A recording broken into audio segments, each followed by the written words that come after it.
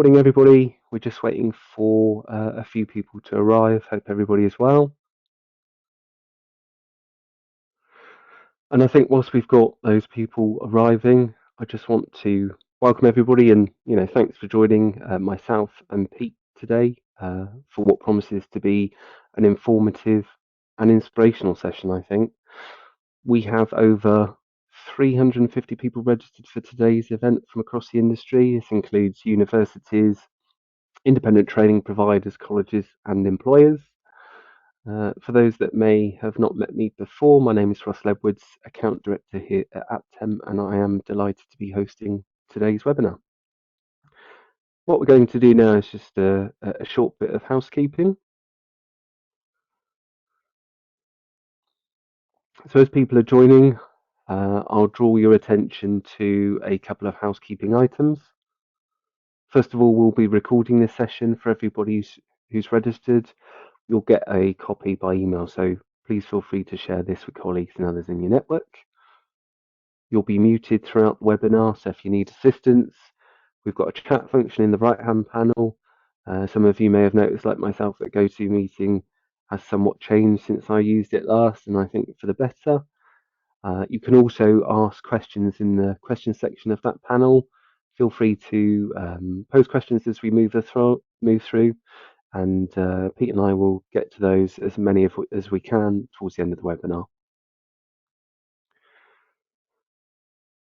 So what I'd like to do is just to do a quick introduction. Before I hand over to today's session, I think what's evident from UCAS is their ongoing commitment to nurturing diverse pathways, promoting parity, and that's all with learner and their future potential in mind. I suppose as the education and careers landscape continues to evolve, UCAS is setting itself at the forefront of accessibility and inclusivity for all students. If, like me, you managed to attend the recent AAC Gala dinner, you might recall an inspiring speech highlighting the upcoming tariff point system for apprenticeships. I think this is a significant step forward towards recognising the value of apprenticeship acquired skills and qualifications with the admissions process. It's welcome news. I feel like this is just the beginning of UCAS's commitment to apprenticeships and the sector as a whole.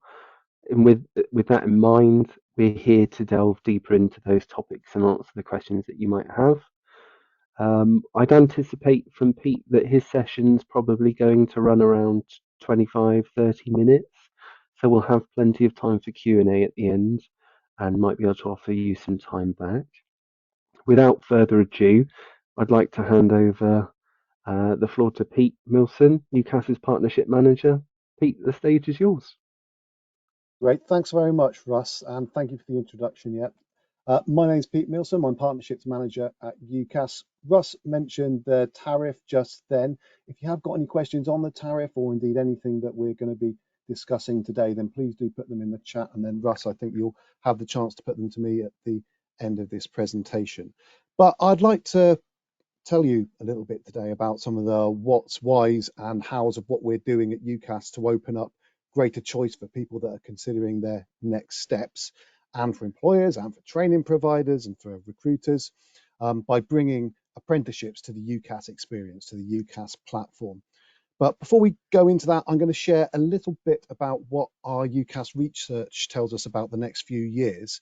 And perhaps whilst I'm doing that, you can have a think about what that might mean for you as providers, as independent training providers, as universities and employers as well. And just consider what that backdrop looks like. So I'll go in and begin with talking about some of our research. The slides have just changed. I think they've changed for everyone, hopefully. So we've called this piece of research The Journey to a Million. And our research and policy team at UCAS have taken what we know at UCAS about our students. We've looked at data and trends from across the UK and internationally as well. We've pulled it all together, and we forecast that by 2030 we will see 1 million applicants to UK university. That's a big number, and just to put that into some context, back in 2006, that was around 500,000 applicants. Last year, in last year's cycle, that was around 750,000. So by 2030, that's going to have risen by another 250,000, taking us to 1 million applicants. And you can see how that is going to step up there year by year. There are several factors that are driving this. There's going to be a demographic boom in the number of 18-year-olds in the UK population. There'll be another, we forecast 11,000 mature students applying, and there's going to be, and will continue to be really, a big increase in overseas students applying to UK universities. And that all comes together to make up that figure of 1 million. And I think this is going to create some challenges and opportunities in education, of course, but I think also in the wider economy as well. And to give you an idea of what an urgent piece of information this is, those million people, those 18-year-olds that we're expecting to apply for university in 2030, they're currently in year 7, the first year of secondary school. So I think there are challenges around this, but I think there are also opportunities as well. There's not a great deal of chance, I think, that universities are going to be able to scale to accommodate this volume of additional applicants by 2030. That's going to mean building something in the region of between 10 and 15 more universities in the next few years. I feel that's unlikely, and it's unlikely that the current universities are going to be able to expand to accommodate this. So that is going to mean more competition, more choice, and people are going to need more and more support than perhaps ever before in navigating those next steps, navigating university pathways, apprenticeship pathways, and employment pathways. They're all going to be impacted by this rising number of people that are trying to work out their next steps, particularly that boom in the 18-year-old population. I think that is really pressing and really important.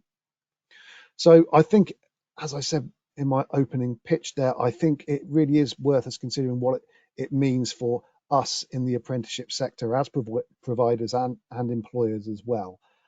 So does it mean that we're going to be even more challenged to recruit people from disadvantaged backgrounds and underserved communities?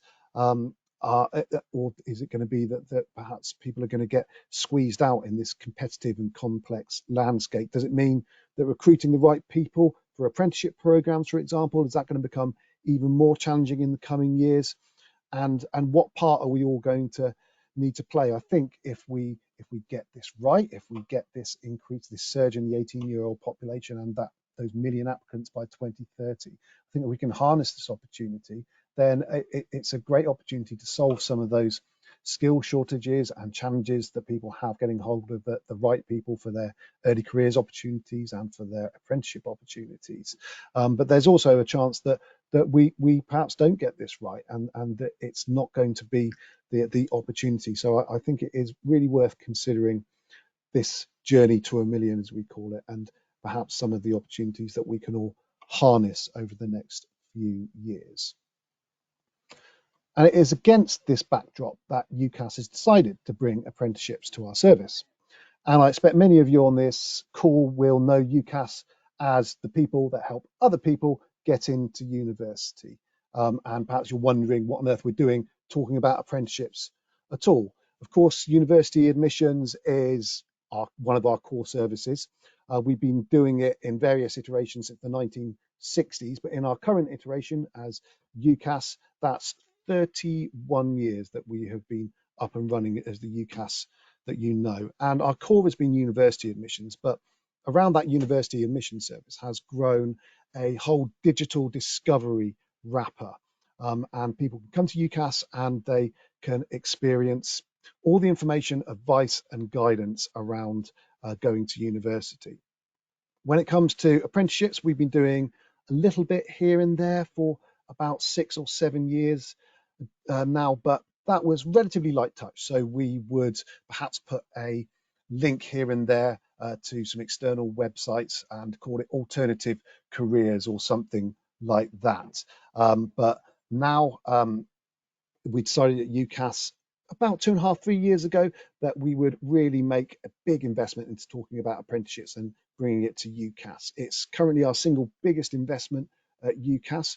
So we're really taking this very seriously, and we've given the project some people, some heft and some weight and some resource. And over the last 2 or 3 years, then we've been really ramping up our efforts to bring apprenticeship pathways to the same platform that people have traditionally gone to discover undergraduate opportunities.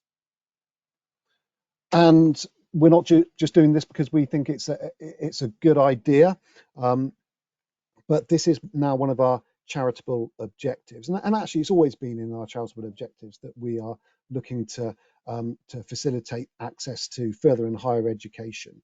So it's well in line with what we do. And I think it's probably worth letting you know now that UCAS is a charity, it's an independent charity, so we don't get any support from the government, and we've been a charity since our inception. We do have an arm of UCAS that does indeed makes money and makes profit. All that profit is gift aided back to the charity to reinvest in our services that we make available. For example, the apprenticeship program. And it also keeps the application fees for students down to a very reasonable level so that they can apply to 5 universities at a pretty reasonable, I think it's £27 at the moment. So any profit that is made by our money making commercial arm, that is gift aided back to the charity to reinvest in our charitable services. But back to apprenticeships. So yeah, it's not just because we think it's quite a good thing to do. There's significant demand there, and you can see how that demand has stepped up over the last 3 or 4 years. And when people come to UCAS to log into their UCAS hub, then we ask them when they're onboarding, are you interested in apprenticeships? Would you like to know more? A pretty consistent 40% of them say, yes, please, I would like to know more at the moment.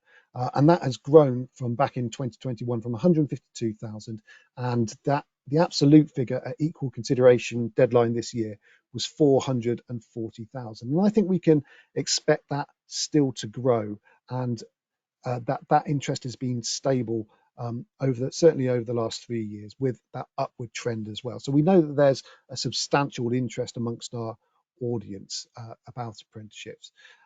The demand is certainly there. So that's given us the impetus to bring apprenticeships to our UCAS platform. We also think that we are in a really good position to provide these pathways to people to bring apprenticeships to our platform. People have come to us for many years. They already come to us for trusted advice and guidance around the undergraduate route. So we know from our surveys that we're at least as trusted as the NHS and more trusted than the BBC for our information. So we do pretty well in the trust index there. We've got anywhere between 1 million and 2 million people on our pre-applicant database. That's people that have logged into the UCAS hub, the logged in environment, which personalizes all of UCAS.com together in a personalized space. There are around 25 million people who come to UCAS every year as unique visitors to look at our information, advice and guidance. Our discovery exhibitions every year attract over 150,000 people. I don't know if any of you who have been to a UCAS discovery exhibition recently, but they really are things of awe these days. So just as you might expect at a UCAS exhibition, then you have universities there exhibiting and demonstrating their university courses. But now you will see an employer village there and a whole section devoted to employers that are exhibiting their apprenticeship offer. So they'll bring their apprentices with them, and they'll be able to interact with that audience that go to the UCAS Discovery exhibitions. But they really are really attractive propositions, and there's lights, there's musics, there's live lounges, there's shows, there's all sorts of stuff going on. So I would encourage you to go and visit one of these discovery exhibitions. We'd be happy to show you around there, and you can see what young people are experiencing when they go to one of these exhibitions. There's about 50 of them around the UK every year, so you should be pretty close to one. We have a line in to around 30,000 parents, teachers and advisors, some of those key influences along the student journey as well. And in 2022, then our platform saw 7 million apprenticeship related searches. So people are already coming to us for that trusted information. So we think that that gives us the right to be in this space, the right to talk about apprenticeships. And we think that we are pretty unique in being able to put apprenticeship opportunities and apprenticeship information side by side with undergraduate opportunities. But along the way, then we think we're going to need to solve a few problems. For people to really have greater choice, there are definitely some issues still out there. I think it's fair to say that apprenticeship still has something of an image problem, and I won't go through all the stats on this slide, but I think I'll pick out a couple of the relevant ones there. So in our research and our surveying, we commission surveys and research on a regular basis at UCAS. 1 in 3 people tell us that they don't get any information about apprenticeships at all at school or college. I think that's a really worrying figure. Possibly this research is a couple of years old now, but I think it still stands. I sense that things are getting a little bit better. By the time people reach the age of 18, then perhaps apprenticeships are well and truly on their radar.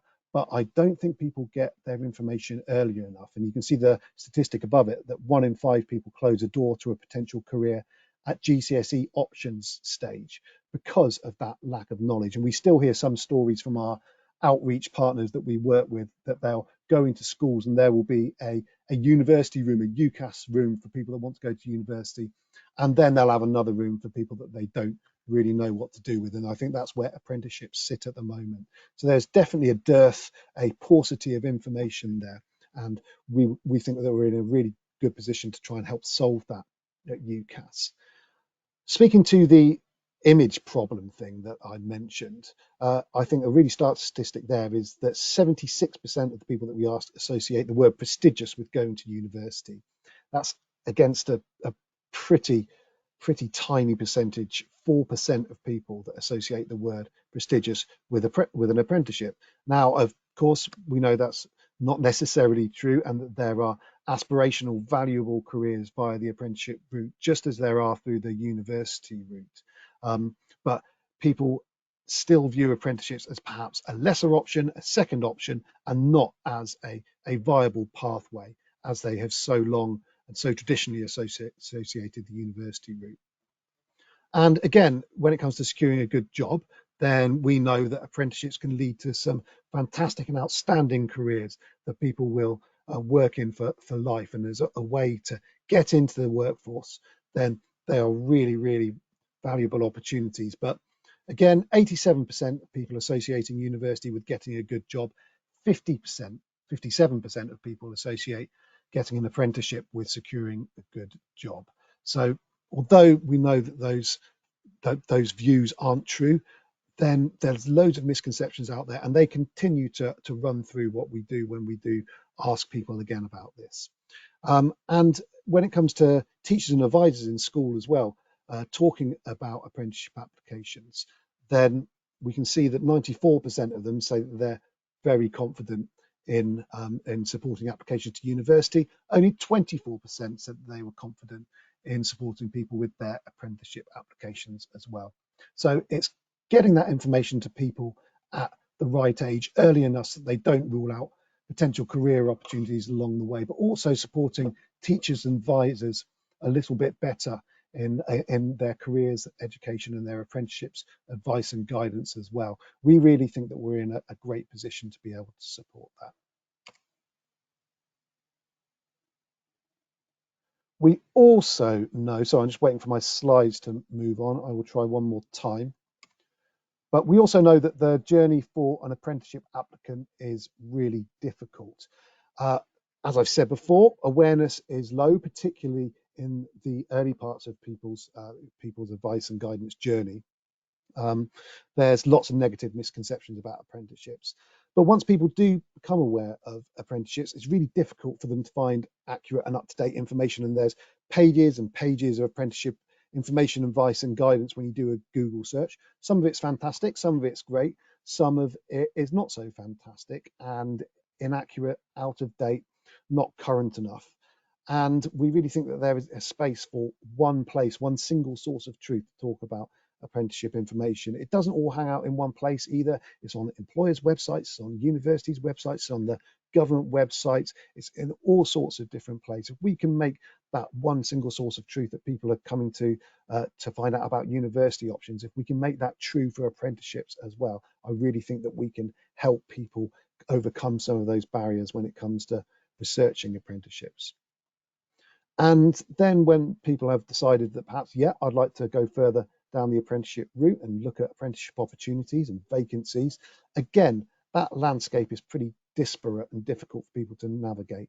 So the opportunities, again, they're not all in one place. They're not all on Find an Apprenticeship. They're not all on UCAS's site necessarily. They're on LinkedIn. They're on various other job platforms as well, indeed. So that place to have all those opportunities, or at least as many as possible, all in one place, so that people can do their research on apprenticeships and get the information, advice and guidance they need, but then they can go on to find the opportunities all in one place for a straightforward and hopefully seamless experience, or as seamless as it can be.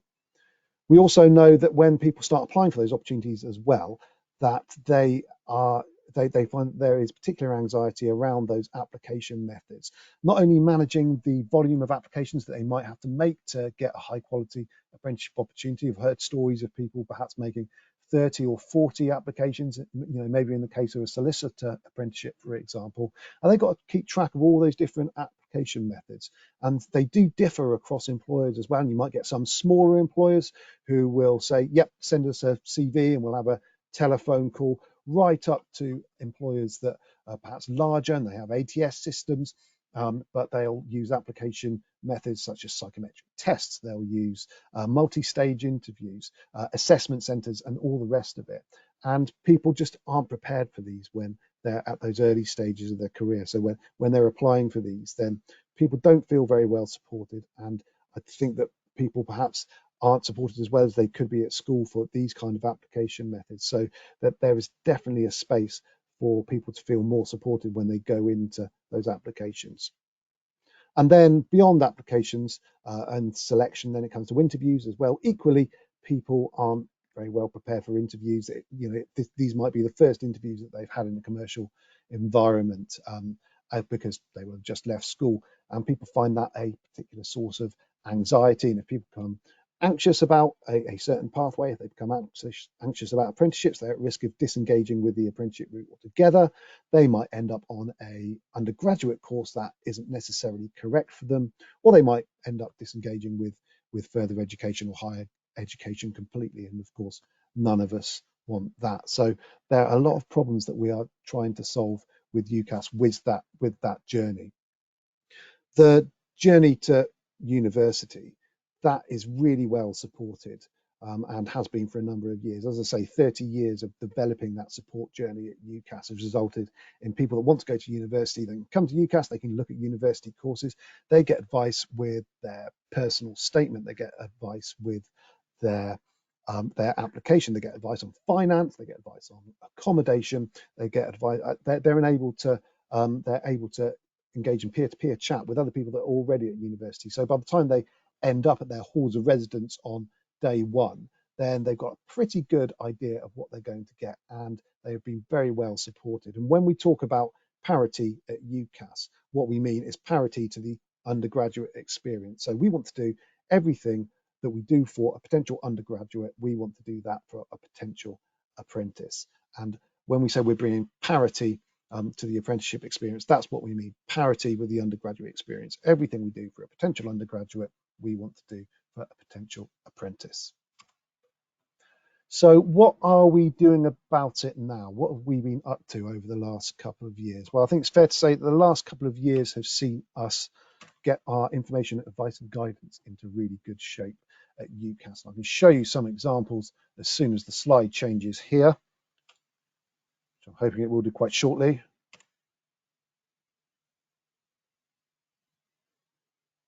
And again, if you don't mind, sorry, apologies, my buttons seem to have stopped working. There we go, thank you very much. So these are just a few examples of what we have been developing in UCAS over the last couple of years, worked very hard on this advice and guidance and getting it into fantastic, current, engaging shape that people are actually going to want to look at and going to find out about the apprenticeship pathway. So you can see we've got our ultimate guides, for example. These are aimed at the slightly younger end of the audience, perhaps those people that I was talking about that don't feel that they get enough information about their career pathways and are at risk of ruling out potential career choice. These are bare bones guides that say, what is an apprenticeship? Is an apprenticeship worth it? How do you find an apprenticeship? Really clear, and they look a little bit different to the rest of UCAS.com because they are aimed at that younger audience. Really popular pages on UCAS.com. We also have our employer profiles as well, where employers and training providers as well can come and present on UCAS's platform a kind of shop window into what it's like to be an apprentice at one of those organizations. And there is testimonials in there, there's video, there's text, and people can have a really good snapshot of what it's like to be an apprentice at one of those organizations that you can see on the screen there. So if you want to know what it's like to be an apprentice at Barclays or Ask Italian, then you can click into one of those profiles and you can have a look at what it's really like, and you can get some peer-to-peer experience as well from people that have been there and have done it, and also some experts' views as well. Similarly, with our industry guides as well at UCAS, then you can go into there and you can find out what it's like to be an apprentice at a particular industry. There's live labour market information on there when it comes to average salaries and opportunities, and it gives on an industry level kind of aligned to the IFA routes that you can go in there and find out what it's like, and perhaps what the potential for somebody to be an apprentice in the legal sector, for example, or the accounting and finance sector. They can go and have a look at that as well. And also during National Apprenticeship Week, we launched a series of application guides as well, which are sector-specific guides, advice and tips and guidance from experts about how to apply for an apprenticeship in a particular sector. So we're really pleased with our advice and guidance, and these are amongst the most popular pages on UCAS.com. I think I had a stat in yesterday. I think that we've had 1 million people visit our apprenticeship pages in the last few months at UCAS. So a real milestone for our apprenticeship guidance there. And I talked about opportunities and the difficulty that people have for finding apprenticeship opportunities all in one place. So we've done a lot of work at UCAS on this as well. And we've had a jobs board for a few years now, but in September, then we rolled out a new version of our apprenticeship search. So before September, then our jobs board was powered by a third-party piece of software that was okay, but it didn't look a lot like the rest of UCAS.com, and it functioned quite well, but it didn't really truly put apprenticeship opportunities side by side with undergraduate opportunities. So we rebuilt that at UCAS. It's now our own jobs board, so now our own apprenticeship search. And the power of it is that without even being logged in, actually, although this works in the UCAS hub as well in the logged in environment, people can come to UCAS and they can tell us that they want to be a digital marketer or a solicitor or a social worker or an insurance practitioner or whatever it might be. And whereas before you would get all the university courses relevant to that displayed and a little link out to a third-party jobs board, now you get all the relevant university opportunities, but also all the relevant live apprenticeship opportunities that people can click on and apply to as well. We're really pleased with that, and the reason that we think it is such a game changer, and I know people say game changer quite a lot, but it really does raise some of those aspirations and solve some of those misconceptions, because this is UCAS, the university people, putting apprenticeship opportunities right next to undergraduate opportunities with equal prestige, equal profile, and we think that that is a massive signal of parity of what we're doing, and that apprenticeships really are as aspirational, as valuable as undergraduate pathways. I'm going to go to the next slide now. Thank you very much. We can also help employers. We do quite a lot to help employers and training providers to improve their reach, to try and get those opportunities, those apprenticeship opportunities in front of people, in front of the UCAS audience. So we've got a range of services that help that. So we've got email campaigns, paid media, display advertising, and all the rest of it. So those 1.5 to 2 million people that are logged in to UCAS.com, those audience that are looking for apprenticeship opportunities and university opportunities, then we can help get people's employers opportunities and training providers opportunities in front of people so that they can really see pathways and opportunities for them. In December, we launched Talent Finder, and the UCAS Talent Finder is a way of really direct targeting for employers and providers to be able to find people that they really need. So typically what will happen, an employer or provider will come to UCAS, they're able to define a set of criteria so that they can say, I would like, please, 100 matches for my digital marketing apprenticeship program in Bolton. I'd like them to live 10 miles away from Bolton. I'd like them to have GCSEs and maths and English at grade 4 or above. I would like them to be interested in apprenticeships, hopefully interested in digital marketing as well. They can define that criteria. Perhaps they would like more applications in favour of female applicants. They can do that. So that criteria is then matched up to that database of people that have come to UCAS, logged in through UCAS Hub, signed up for UCAS Smart Alerts. Those criteria are matched, and those matches are then sent to the people that have signed up for Smart Alerts. The relevant opportunities are put in front of them, and they're invited to apply for that opportunity. So not only can employers and providers get a really targeted service to reach people, but those people can get relevant opportunities served to them in their inbox and invited to apply for those apprenticeship opportunities. So that's going really well at the moment. We've seen many employers and providers take advantage of that service at the moment. So if you're interested in Talent Finder, please do visit ucas.com. And also we've been working in partnership with the Department for Education as well. So we're delivering a pilot called Early Connect at the moment, and that is going to help people. It's a regional pilot at the moment, but what it does is engage with schools, engage with employers in regions, the pilot regions such as London, Manchester, and Lancashire. And in those regions, then it seeks to engage with employers to encourage them to advertise more apprenticeship opportunities, because we realise that there is going to be a lot of demand about apprenticeship opportunities, particularly in light of that journey to 1 million that I've just described. And there'll be more opportunities for people, but also to help schools deliver career-centric education for apprenticeships for people, so that they can connect with apprenticeship opportunities in those areas. And there's also a regional support service behind that as well, where people that perhaps they haven't been matched on the Department for Education's digital services, or they haven't been matched on UCAS's digital services, then they will be able to be matched in a kind of non-digital offline way by those regional working groups. So that's in train at the moment. We're about halfway through the pilot. We're looking forward to seeing the results of that. Okay, so a little look into the future then, and what we're going to be doing over the next year or two. So number one, pathways through apprenticeships. We're working with IFATE to bring their occupational maps to life on ucas.com, so that people can see a career pathway via the apprenticeship system. I think IFATE's occupational maps do that really well on IFATE, but perhaps it's fair to say that's more of a kind of employer-facing service. We want to bring that data that IFATE have put together with the occupational maps and bring it to UCAS in a way that students are going to be engaged by and are going to be happy to consume. Apprenticeship applications. So this autumn sees the first step on the ladder towards an apprenticeship application service. So we're going to be introducing our UCAS CV builder, where using the information that people have populated their UCAS Hub profile from, in 1 or 2 clicks, then the CV is going to be able to be produced, and that's going to be able to download it and sent off to employers. That service will iterate over the coming years as well, but that's the first rung on the ladder, is making that CV builder and then building it along the way over the years to develop it into a fully functional application service for apprenticeships.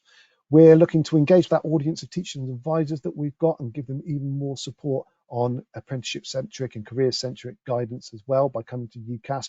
Every school in the whole of the UK, every secondary school or college will have a UCAS advisor. So we're really keen to use that line in that we have with schools to empower them to deliver great careers education.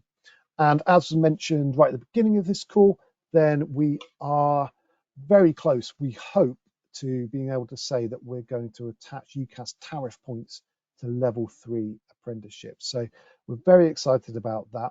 It's not as straightforward as anyone would like, and it has been tried a couple of times before. But this time, with the working group that we've got, and we have been doing work over the last year, we think we've got to a point where we're going to be able to go out to the public with an agreed model of attaching UCAS tariff points to level 3 apprenticeships. And we have to bear in mind that A levels, T levels, a load of other level 3 qualifications currently do attract tariff points. So we want to be able to, again, as a big signal of parity, if nothing else, we want to be able to say that level 3 apprenticeships attract UCAS tariff points and therefore provide a pathway into university.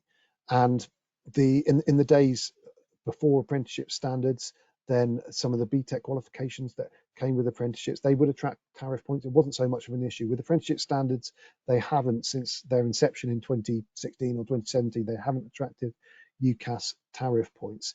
And we think that this is going to give greater visibility and perhaps a more obvious pathway to people that have completed a level 3 apprenticeship into university, into higher education. Really importantly, it's also going to help university admissions teams make a little bit more sense of level 3 apprenticeships when they can include them in the UCAS tariff, because then they can be compared against other level 3 qualifications as well. So we really think it's going to facilitate progression, but also help admissions teams at university to really enable them to have a better understanding about what apprenticeships are and be able to formalise that in the language of the UCAS tariff.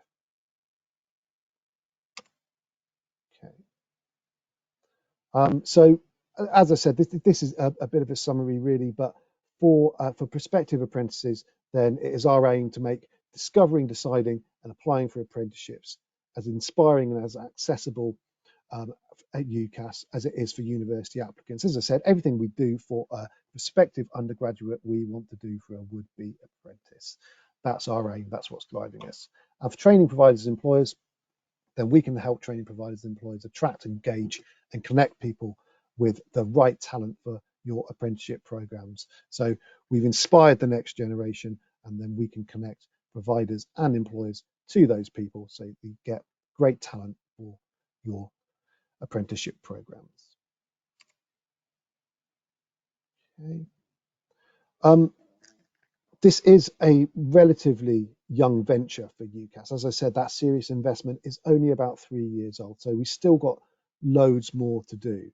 But we would really like to collaborate with other organisations, and we would love it if those of you on the call today, please do talk to your customers, talk to your employers that you work with about the work that UCAS is doing, perhaps what you've heard today, and that we can really help get the right people on the right programs at the right employers as well.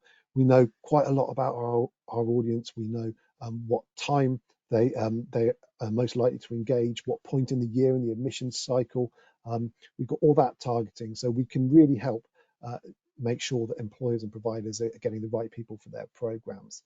We'd also be delighted to partner with anybody that's joined the call today to deliver a similar webinar to this, a similar broadcast to your customers, and we can bring some of our insight, and we'd be really keen actually to share some of the insight that we've learned in our Project Next Generation report that we've recently released. It would be great to partner with other organisations to deliver that content and really make employers aware that we can get the right people for their apprenticeship programs. And that, Russ, I think takes me to the end of my presentation there. A little bit longer than I think we were expecting there. But thanks everyone for listening, and I'll be happy to take a few questions if we've got time, Russ. Thanks, Pete, for sharing all of that information.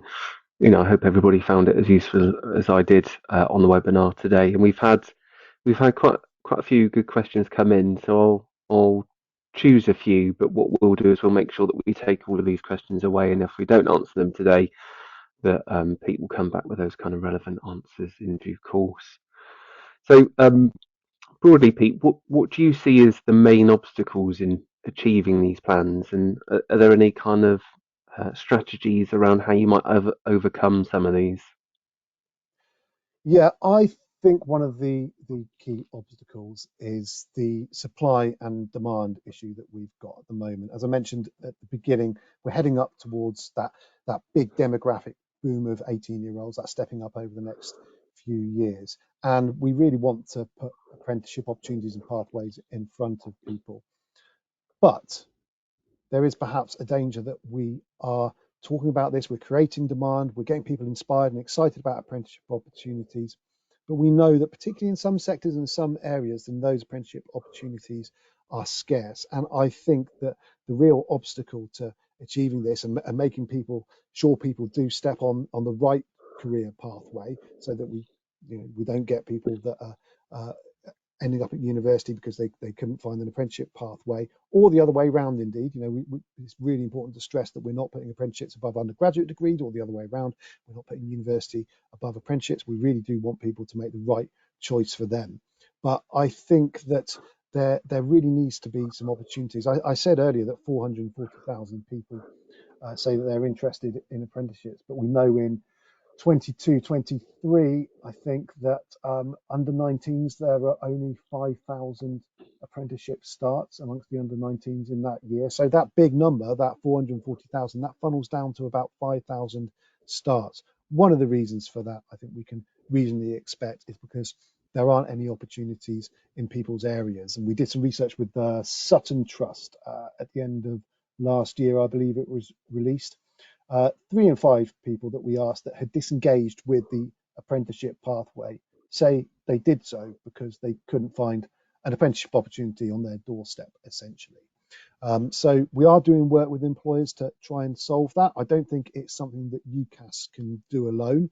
We do have big business engagement teams. We're doing our best to partner with organisations like the Federation of Small Businesses, the Apprenticeship Ambassador Network, our work with the DFE. We have stakeholder groups, but we're really trying to encourage that supply of apprenticeships so that demand can be met. But yeah, in a nutshell, Russ, then I think that supply demand mismatch is probably our biggest barrier right here at the moment. Okay, thank you, Pete. Um, can you just clarify that these changes will impact all apprenticeship providers, so not just those HEs providers that have always worked with UCAS? Is it more broad than that?